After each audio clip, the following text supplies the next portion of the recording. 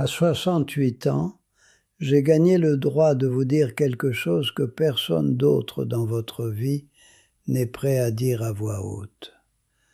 L'espérance de vie moyenne d'un homme français est de 79 ans. Notez ce chiffre, 79. Maintenant, voici l'autre chiffre, celui dont on ne parle jamais. L'espérance de vie en bonne santé en France est de 64 ans. Pas la vie totale, la vie en bonne santé. Les années où vous pouvez marcher sans vous tenir à la rampe. Les années où vous vous réveillez et votre première pensée n'est pas de savoir quelle articulation vous fait le plus souffrir ce matin. Les années où votre corps coopère encore avec les rêves que vous avez mis 40 ans en réserve pour plus tard. 64 ans. Donc si vous partez à la retraite à 64 ans, exactement comme la réforme de 2023 vous y oblige désormais, vous avez statistiquement 0 an de retraite pleinement saine devant vous. 0. Je sais que vous voulez contester ce chiffre. Je sais que vous pensez à votre voisin qui fait du vélo à 75 ans, ou à votre oncle qui jardine encore à 78. Mais ce sont les exceptions. Nous planifions pour la moyenne, pas pour l'exception. J'ai planifié pour l'exception. J'avais tort. Je veux m'asseoir avec vous quelques minutes. Je ne vous vends rien. Il n'y a pas de formation, pas de programme de coaching, pas de livre avec mon nom sur la couverture. Je suis ici parce que j'ai trouvé un chemin. Après 65 ans, avec un corps qui avait déjà commencé à me trahir, et un compte en banque qui paraissait meilleur sur le papier qu'il ne se ressentait dans la poitrine, j'ai trouvé un moyen de construire une vraie sécurité financière durable. Et le chemin que j'ai pris n'a rien à voir avec ce que votre conseiller Agirc Arcot vous a expliqué, ni avec ce que votre délégué syndical vous a répété pendant des années sur les droits acquis. Si vous avez plus de 50 ans, j'ai besoin que vous restiez avec moi maintenant. Pas pour l'argent, pour le temps qu'il vous reste. Restez. Votre présence ici, c'est tout ce que je vous demande. Je veux vous parler d'une carte. Pas une carte bancaire, une carte de militant syndical. Rouge et blanche, plastifiée, avec le logo d'une confédération que j'avais rejointe à 26 ans parce que je croyais en ce qu'elle défendait. Je l'ai retrouvée dans mon tiroir du bureau il y a 3 ans, entre une vieille fiche de paye et une lettre de la CNAV que je n'avais jamais ouverte. J'ai passé 41 ans à travailler dans la logistique industrielle, d'abord comme technicien dans une PME de mécanique en banlieue lyonnaise, puis comme responsable des opérations dans une entreprise d'équipements industriels avec des sites à Lyon, Marseille et Bordeaux. J'étais actif dans mon syndicat. Je croyais aux droits des travailleurs. Je croyais que le système de retraite français, le plus généreux du monde selon nos représentants, nous protégerait. Pendant 40 ans, j'ai cotisé au régime général. J'ai accumulé mes trimestres avec discipline. J'ai participé aux manifestations de 2003, de 2010, de 2019 et encore en 2023 contre la réforme qui reculait l'âge légal à 64 ans. Nous disions tous que c'était une trahison. Nous avions peut-être raison sur le principe. Mais je me suis rendu compte bien trop tard que le vrai problème n'était pas l'âge de départ. Le vrai problème, c'est ce qui arrive au corps avant même que vous arriviez à cet âge. Pendant 40 ans, je pensais au nombre de trimestres, au taux de remplacement, au niveau de pension que j'allais recevoir. Je ne pensais pas au corps, pas aux années, seulement au nombre. Le nombre qui allait rendre tout cela sûr, mérité et terminé. Le système de retraite français repose sur une solidarité intergénérationnelle que je crois encore juste dans son principe. Mais les réalités démographiques ont créé une pression croissante sur ce système depuis des décennies. Le taux de remplacement moyen pour un salarié du privé en France tourne autour de 75% du dernier salaire brut, ce qui semble confortable en théorie. En pratique, après les prélèvements sociaux sur la pension, les frais de santé qui augmentent avec l'âge et le coût de la perte progressive d'autonomie, ce taux ne suffit pas à maintenir le niveau de vie qu'on avait imaginé. Personne ne vous dit cela lors de l'entretien RH de fin de carrière. On vous dit « Félicitations, vous avez tous vos trimestres ». Il existe un silence à l'intérieur du monde du travail français que personne ne nomme honnêtement. J'ai passé 37 ans en logistique et en gestion des opérations. 19 de ces années dans une entreprise d'équipements industriels dont le siège était à Lyon. J'étais compétent, reconnu. On m'appelait quand un flux de production se bloquait, quand un transporteur international défaillait, quand un client stratégique menaçait de résilier. Je prenais les vols du lundi matin à 6 heures, je répondais aux urgences le dimanche. J'ai raté l'anniversaire de mes 30 ans de mariage parce qu'il y avait une réunion de crise à Bordeaux. J'ai passé moins de temps avec mon fils pendant ces années lycée que je n'en ai passé dans des salles de réunion à discuter de délais de livraison. Je me disais, à la retraite, je récupère tout ça. À la retraite, je suis vraiment là. Ce que je n'avais pas compris, et ce que je soupçonne que vous ne comprenez pas complètement non plus, c'est que le corps tient un compte précis. Chaque année de stress chronique dépose quelque chose. Chaque nuit de mauvais sommeil dans une chambre d'hôtel.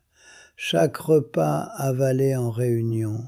Chaque semaine sans mouvement physique réel.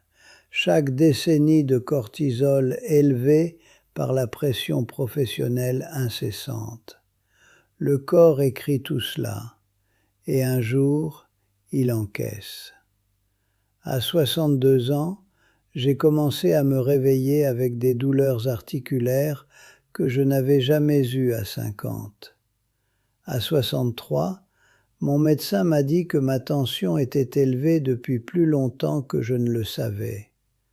À 64 ans, j'étais assis dans la salle d'attente d'un cardiologue à la clinique du Parc à Lyon, tenant un gobelet d'eau à 2 mains pour que personne ne voie mes mains trembler. Ils n'ont rien trouvé de critique ce jour-là, mais ils ont trouvé assez. Ils ont trouvé les intérêts composés de 40 ans de maintenance physique différée. Et voici la vérité financière que l'industrie de la retraite ne vous dira jamais directement. Le reste à charge pour les soins de santé en France augmente sensiblement avec l'âge, même avec la sécurité sociale et une mutuelle. Les dépassements d'honoraires pour les spécialistes en secteur 2 et 3, les équipements auditifs et optiques, les soins dentaires avancés, les séjours en EHPAD dont le coût moyen dépasse 2 800 € par mois en France, bien au-delà des prestations de l'APA et des aides sociales. Si vous finissez vos jours en EHPAD, comme c'est le cas pour un retraité sur 4, le reste à charge peut atteindre plusieurs milliers d'euros par mois que vous devrez financer sur votre propre patrimoine. Je vais vous parler d'un jeudi en octobre. J'avais 64 ans. Il restait 10 mois avant ma date de départ à la retraite. Je sortais d'une réunion avec un fournisseur de Rhône-Alpes quand ma femme m'a envoyé un message. « Rappelle-moi dès que tu peux ». Quelque chose dans ma façon de lire ce message m'a dit que ce n'était pas ordinaire. J'ai rappelé immédiatement. Elle m'a dit que Jacques était décédé ce matin-là.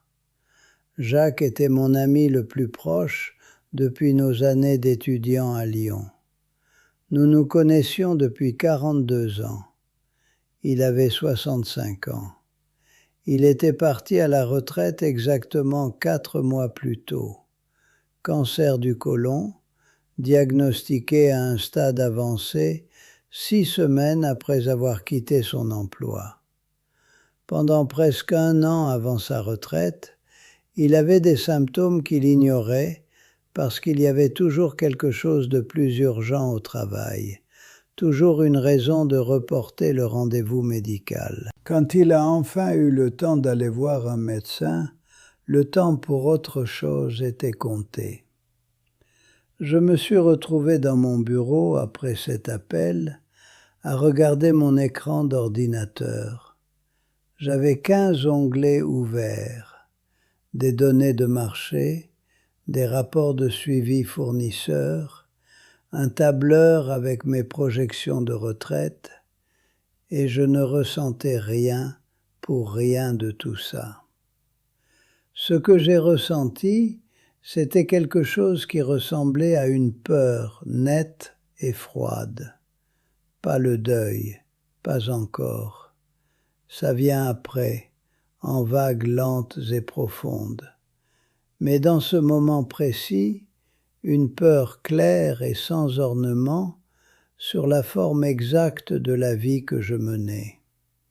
J'avais fonctionné 40 ans sous l'hypothèse que j'arriverais à 64 ans en bonne santé, capable et plein d'énergie. Non parce que j'avais fait le travail pour le mériter, mais parce que j'en avais besoin pour que mon plan fonctionne. Jacques en avait besoin aussi. Il s'était trompé. Je me suis posé une question que j'avais réussi à éviter pendant 40 ans. Et si le corps n'est pas au rendez-vous de la retraite que j'ai planifiée? Et si, quand j'arrive enfin, la machine est déjà cassée? Je ne suis pas parti à la retraite à 65 ans, comme je l'avais planifié pendant 4 décennies. Ce que j'ai fait à la place, c'est commencer le travail financier le plus important de ma vie.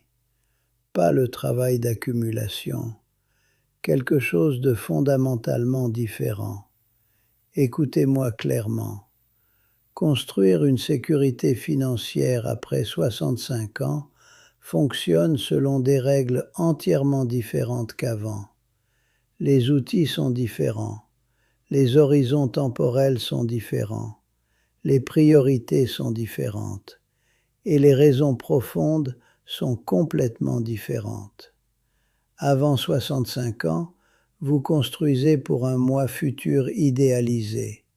Après 65 ans, vous construisez pour le moi réel qui se tient devant le miroir aujourd'hui, avec ce corps spécifique, ces contraintes concrètes, cette quantité non négociable de temps restant. Quand je dis que j'ai construit ma fortune de zéro après 65 ans, je ne dis pas que je suis parti de rien. Je dis que j'ai recommencé avec un cadre entièrement différent. J'ai cessé d'optimiser pour l'accumulation maximale et j'ai commencé à optimiser pour le rendement, la liquidité et l'héritage, fonctionnant simultanément et en équilibre.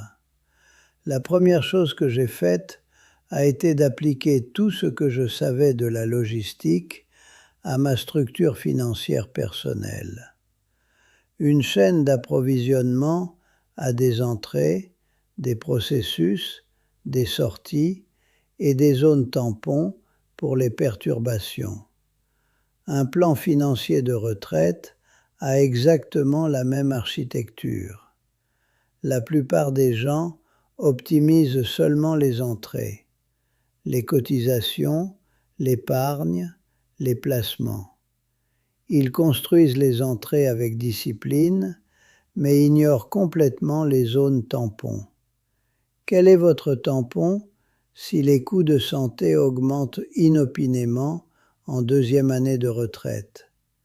Quel est votre plan si votre pension Agirc-Arrco est inférieure à ce qui était projeté? Que se passe-t-il si les marchés baissent lors de vos 3 premières années de retraite, précisément quand vous avez le plus besoin de vos ressources?